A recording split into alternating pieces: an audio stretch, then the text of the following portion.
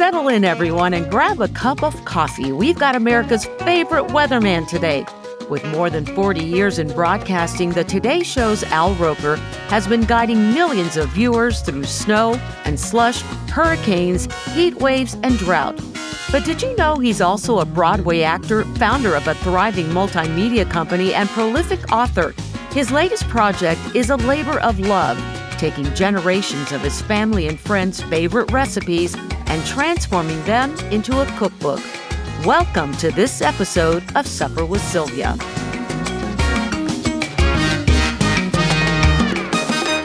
Al Roker, America's favorite weatherman. I am so happy to talk to you. How are you? I'm doing great, Sylvia. How are you? I am doing wonderful. One of the things I love about doing these podcasts, and as a journalist, I love doing the research on the people. And wow, I have learned so much about you that I had no idea.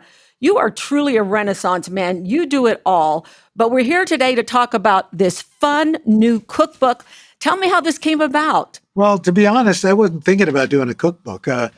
During the pandemic, my son and I, Nick, we were cooking and doing a thing on Instagram. And, it was fun. And my daughter, Courtney, who's a professional chef, said, "Dad, you've got all these likes and people are commenting, and you should do a cookbook." And I said, "No, I don't think so." And then she kept after me. And finally, I said, "Okay, we'll do a cookbook, but you're going to have to write the recipes. I'll do the head notes, but you've got to write the recipes." And to my surprise, I thought it would scare her off. She dug right in. And here we are 2 years later with the national best-selling cookbook, which I am so thrilled with. Which is crazy. 20 years ago, you had another cookbook. And for people who don't know, Courtney is a personal chef. And she also, I understand, is a recipe developer. So would you say Courtney did all of the hard stuff? Absolutely. Oh, absolutely. Look, she had worked in the beginning of her career. She worked in Michelin-starred restaurants and did all that, and then did some catering, and then she was working as a recipe developer for an appliance company. And so I think that, and in fact, that's really her first love. And so this was kind of a challenge for her. We came up with about 160 recipes and went through them. And unless they had some sort of relationship to us and to our family, our extended family or chef friends, it didn't make it. So we winnowed it down to like 100 recipes. And that's when the hard work for Courtney began. She had to, because I don't know about you, Sylvia, but my mom, my grandmother, almost everybody we knew, nobody wrote down the recipes. So like Courtney could remember eating things that my mom made. Obviously I did. So she was basically like a recipe detective. She was interviewing people and trying to find out what was in stuff. What did they remember tasting? And I just think she did an amazing job. Well, I want to add to that because, first of all, the cover is so cute. There's Al holding some shrimp. And also, I'm somebody who, I'm a good cook, Al, but I don't think I'm creative like you. I need to follow recipes. And what I love about this cookbook is it is absolutely beautiful. You have pictures, which as somebody who's really kind of a novice chef, if you will, I need pictures to help inspire me. And these pictures are absolutely gorgeous. Really well done. Thank you, Sylvia. In fact, again, that was Courtney. She found the photographer, this wonderful photographer named Amy Roth. And Courtney did all the food styling. She styled all those pictures. When I did my book 25 years ago, the standard format for a cookbook, you had the recipes. In the middle of the book, there was maybe 2-3 pages of pictures. Now you've got to have a picture with every recipe. And I think, that's one of the things that I think kind of makes the book stand out. The pictures just jump off the page. Well, besides that, I want to say to everybody, if you haven't had a chance yet, this cookbook is really more than a cookbook. I have to tell you, it's funny. It's got your funny personality. Thank you. But it's also heartwarming. because there was a story in there that touched my heart. And you talk about how when you were a kid, you would get up extra early just to be able to have breakfast with your father, who was a bus driver, and would head out early in the morning. And you'd wake up before all your siblings would wake up just so you could be able to have that special time with your dad. And being an early morning TV person, you don't have that opportunity to do it with your child, but you did it in a different way. Tell everybody what you did before your son went off to college, just to make sure you kind of had that connection. Well, I'd make him breakfast. Uh, you know, he was getting up, especially he was working a summer job. He was working as a groundskeeper at City Field. And so I would, and even in high school, I would make him breakfast. And his mom, Deborah, would make it too, Deborah Roberts from ABC 2020. But I always liked, Deborah's a little more health conscious, if you will. I'm more, he's a growing boy. Yeah. He can, he works out like crazy. He can handle the extra calories. And so, I'd make, what I called the McRoker, kind of a pancake sandwich with eggs and bacon. I'd make him omelets, bacon, stuff like that, and then put it in the warming drawer so that he had a hot breakfast before he went off to school. It made, listen, I loved being with my dad, but I also liked the idea of getting an extra breakfast before before my siblings got up. Yeah, because you would have breakfast with your dad by yourself. And then by the time all your siblings came downstairs, your mom would make another breakfast. So you had a double breakfast every morning. Yes, and when you look at me, that's no surprise. Well, you have come such a long way in so many aspects of your life, and you are a busy man. For people who don't know, because I have done the Al Roker Delvathon. Like I have just done all my research on Al. He has Al Roker Entertainment. He's on Sirius XM Radio. This is his 14th book, and this is the thing I love.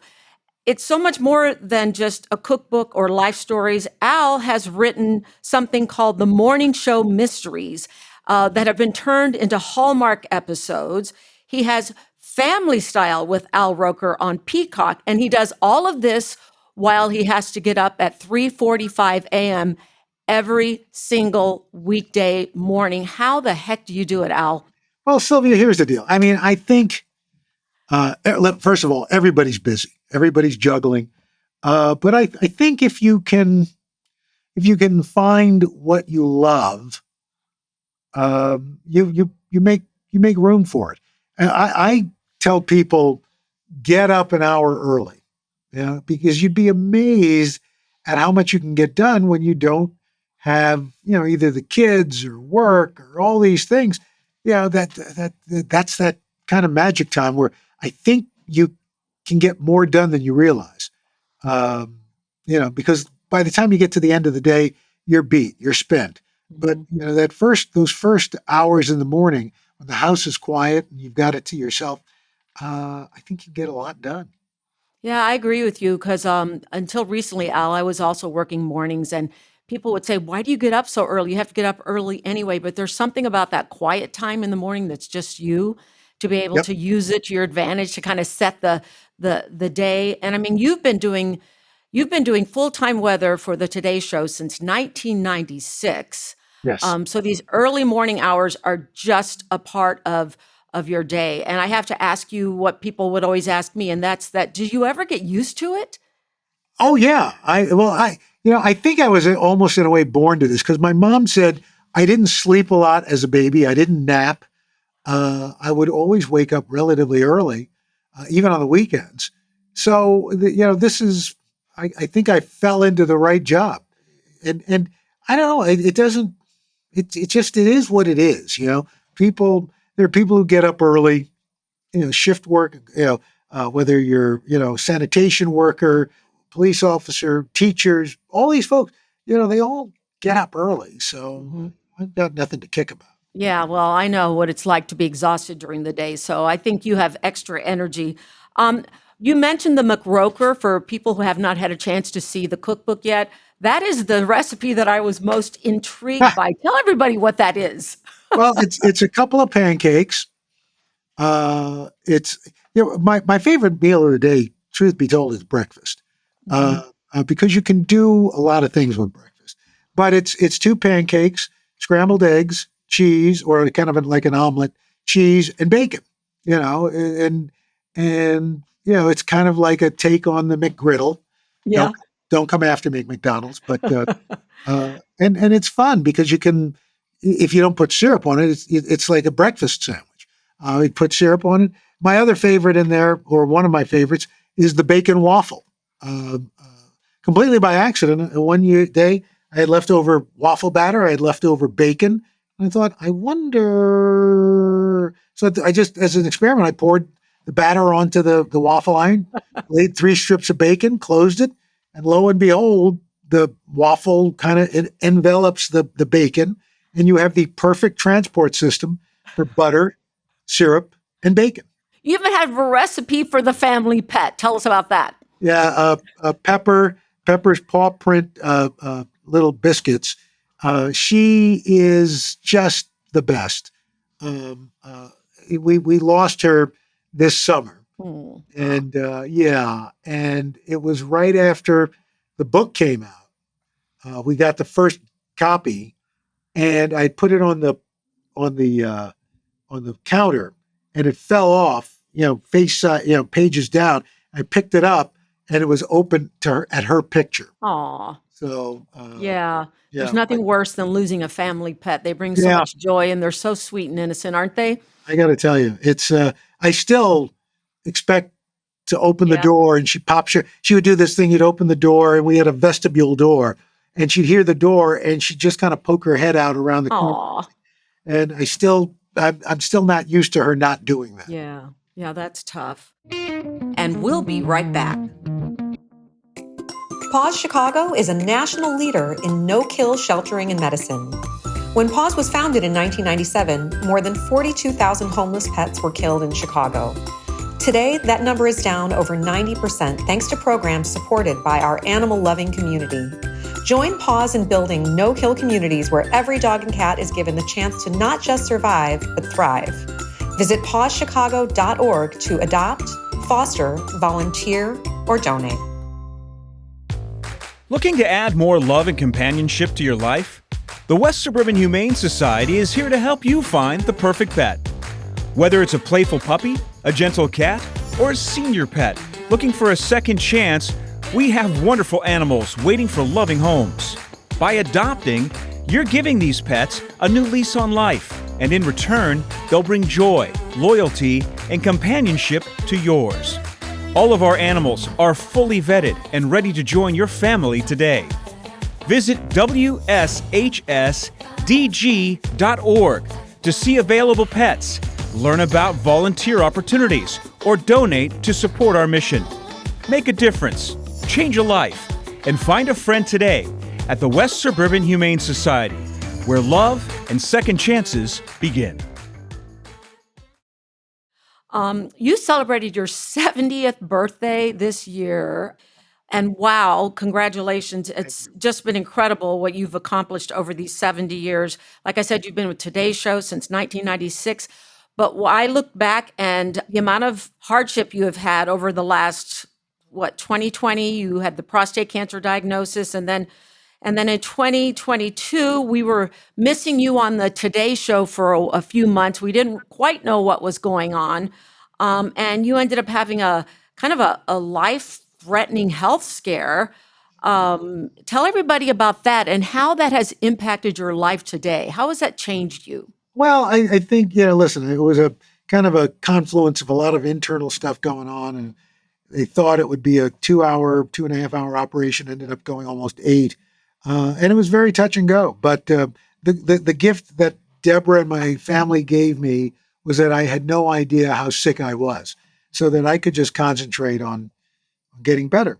And you come away with gratitude. Listen, first of all, to have great health care is so important. If I didn't, I would be dead. There's no question about it. But to have family members and who are advocates for you, so important. But also the love of friends and of strangers, prayers and well wishes from people who you've never met, and that's got to have some impact. So your gratitude level goes way up when something like that happens. Yeah, so I was watching some of the coverage, and your wife Deborah said that she couldn't believe how many people there was this national prayer chain going, and people would come up to her and say, "I'm praying for your husband." And then I watched the video of your Today Show family when they came to your house and they were singing Christmas carols, and you got very emotional. I got emotional watching that. Yeah. That must have been incredible. Yeah, during the whole ordeal, I never cried. But that brought me to tears. Just seeing them all there, it all kind of hit home. But look, it's there are a lot of people, as tough as it was, a lot of people that go through more who don't have what I have, and I'm very aware of that. So. While it was difficult, it was tough, there's so many other people that we don't know about who have gone through far worse. And one of the things I always remember was, walking the hall of the surgical ICU, because they want you to get up and walk. The number of people who didn't have anybody coming to visit, didn't have anybody in their room with them. I'd pop my head in and say hello. But it was, it really brings that home to you. Well, I think that everybody knows you, and you're just this big presence, and you're always so positive and so happy. So it's been interesting to kind of see what has been going on. I mean, you talk about I talk about the hardship you have. You talk about it's always worse for somebody else, but you're also inspiring to people, and I want to talk about that because you've been very open about your weight loss journey. You talked about the gastric bypass. And I know during that time, you must have gotten a lot of feedback from people because obesity is a huge problem in this country. Yep. And what it does to somebody's personal psyche can be overwhelming.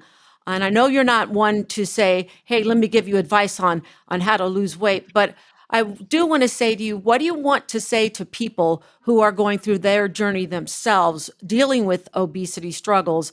What words of advice would you have to just enable them to keep them going like you did? Well, I would just say, don't listen. Stay off social media. Don't listen to people. Your journey is your journey. And look, when I did the bypass and then went public with it, people, oh, you cheated. Just like people say, if you've done Ozempic or Wegovy, right. Oh, you're cheating. Well, everybody's got a different path. So don't judge people. Shut up. Just you've got to do what you need to do, and don't worry about the other people. They don't matter. What matters is you're taking an initiative to be better, and that's all that matters. And however you get there, you get there, and it may not be on the same timeline as you want, but as Mr. Incredible says in The Incredibles, we get there when we get there. I love it. Okay, how are you doing, by the way? How's your health today? Everything's pretty good. I mean, we got. I'll tell you the one thing that has made a big difference, and in fact was kind of one of those things that helped me get through this, or the will to live, if you will. Courtney shared with me that she was pregnant, and she's pregnant with our first grandchild, and that little girl, Sky, is just the best. And you just start smiling. I mean, she's a happy baby. She's a beautiful little girl. Courtney and her husband Wes are great parents, and I just every time I see that little face, it's like that's everything. And you would hear people talk about their grandchildren, and they're going on, and you're like blah blah blah blah blah, and then you have your grandchild, and you're like, oh, now I get it. Now I'm one of those people. Somebody told me, he said, if I had known they'd be this great, I would have had them first. I also want to talk to you. You guys have made the news a lot because recently, because Hoda recently announced that she's going to be leaving Today's Show in January. Was this as big of a surprise to you guys as it was to those of us who watch from home? Well, I found out before the show. I got a call from Hoda like at 4 a.m, uh, the same day everybody else found out. Others may have known before, but it was a surprise. But it's not a shock. She's got two very young girls, Mhm. daughters, and I think you look at your life and it's like, where do you want to spend that time?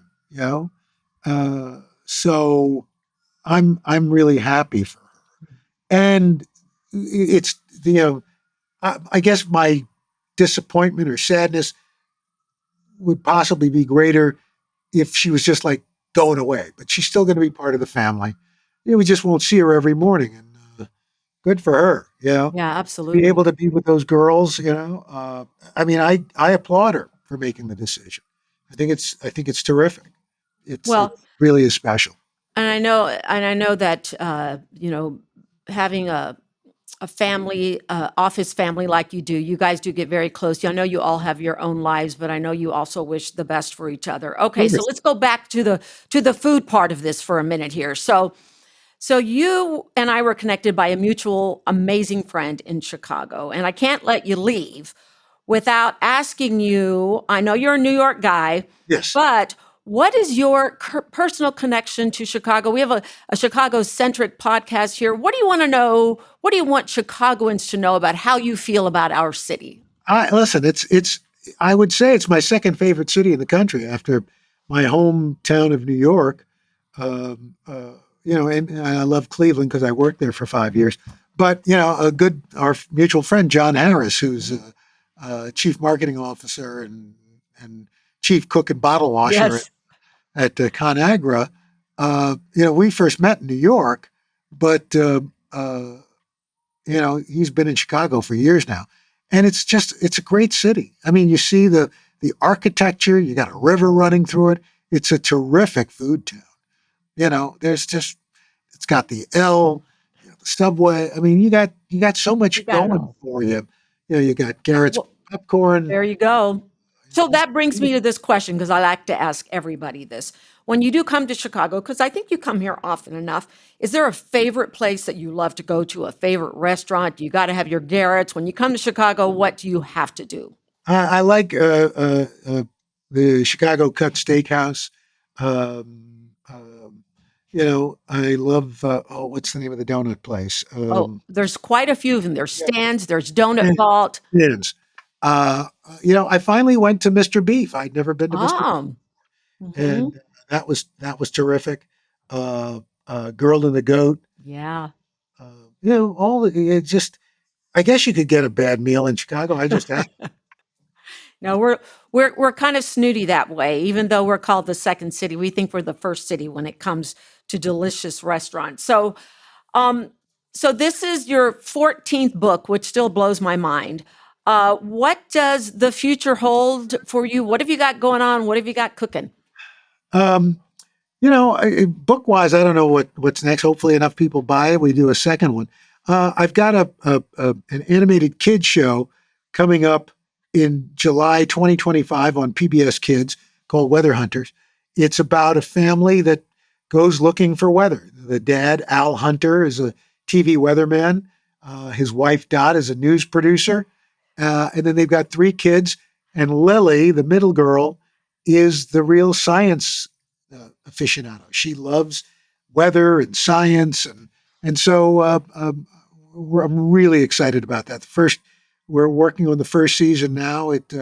I mean, we've got 40 episodes in the first season, Wow. and Holly Robinson. I do the voice of Al Hunter. Holly Robinson Pete plays my wife. We've got three adorable young actors. Cheryl Lee Ralph is our next door neighbor. Oh, wow. LeVar Burton plays my grandfather. So it's a we're really excited. Well, you should be. That's an amazing cast that you have lined up there too. Um, you mentioned family a lot in this book because this is really what it's all about. And you dedicated the book to both your mother and your mother-in-law. Yes. Yeah, tell me how important that was to you. And, as you look back in your family and everything you've experienced, how has that all shaped the Al Roker we know and love today? Well, look, I think, and interestingly enough, my dad was not a half bad baker, but my mother, obviously your mom, at least in my household, and Deborah's, was the caregiver, was the nourisher. I remember some of my fondest memories, and there was nothing special in that. There were no bells and whistles. It was just sitting in the kitchen doing your homework while my mother was cooking. Deborah had the same experience.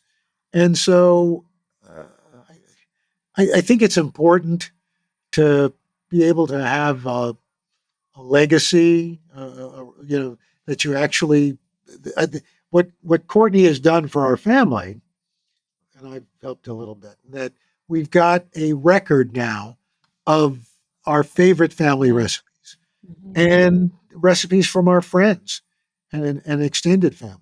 And it's all in a book. It's all there. And that's pretty special. Okay, so finally, when people get to see this book and they get to try these recipes with their own families, what is the takeaway? What do you want them to leave with? I just want you to enjoy cooking. I would, other than there are two recipes that are a little more complicated. My mother's oxtail stew and dumplings, and Danielle Ballew's short ribs. But other than that, everything's pretty straightforward, a minimal number of ingredients, and that I hope it gives you the confidence to take those recipes and then make them your own. Do whatever you want with them, because as you get more confident, then you can ad lib, which is the great thing about cooking. I look at it almost like music. Cooking is like jazz. Once you've mastered the basics, you can pretty much go wherever you want. I think baking is more like classical music because it's more about reactions, chemical reactions, physical reactions, and if you veer too much off of that, it's not going to end well. But I want people to. The beauty of this book, I think, is the ease in which you can cook and just enjoy. Yeah. And you know what else you did? Because as I read through your book, you gave me permission not to be stressed out about cooking dinner. And because you have a line in there about don't be stressed, just do it, right? Yeah. It's like life. You just do it, and everything will work out. But you've got to try first. As Yoda says, there is no try, only do. I love it. We could go forever with all these great quotes that you have. Al Roker, what a pleasure talking to you. Thank you for coming into our homes for all these years and just being this happy force in the morning that brings smiles. And please keep doing what you've been doing for a long time to come. Can't wait to see what's next. Thank you. Oh, nice seeing you, Sylvia. Thanks for joining us for this episode of Supper with Sylvia. I'm Sylvia Perez. This podcast was produced by Jane Stevens with technical support and music by Donnie Cuddy.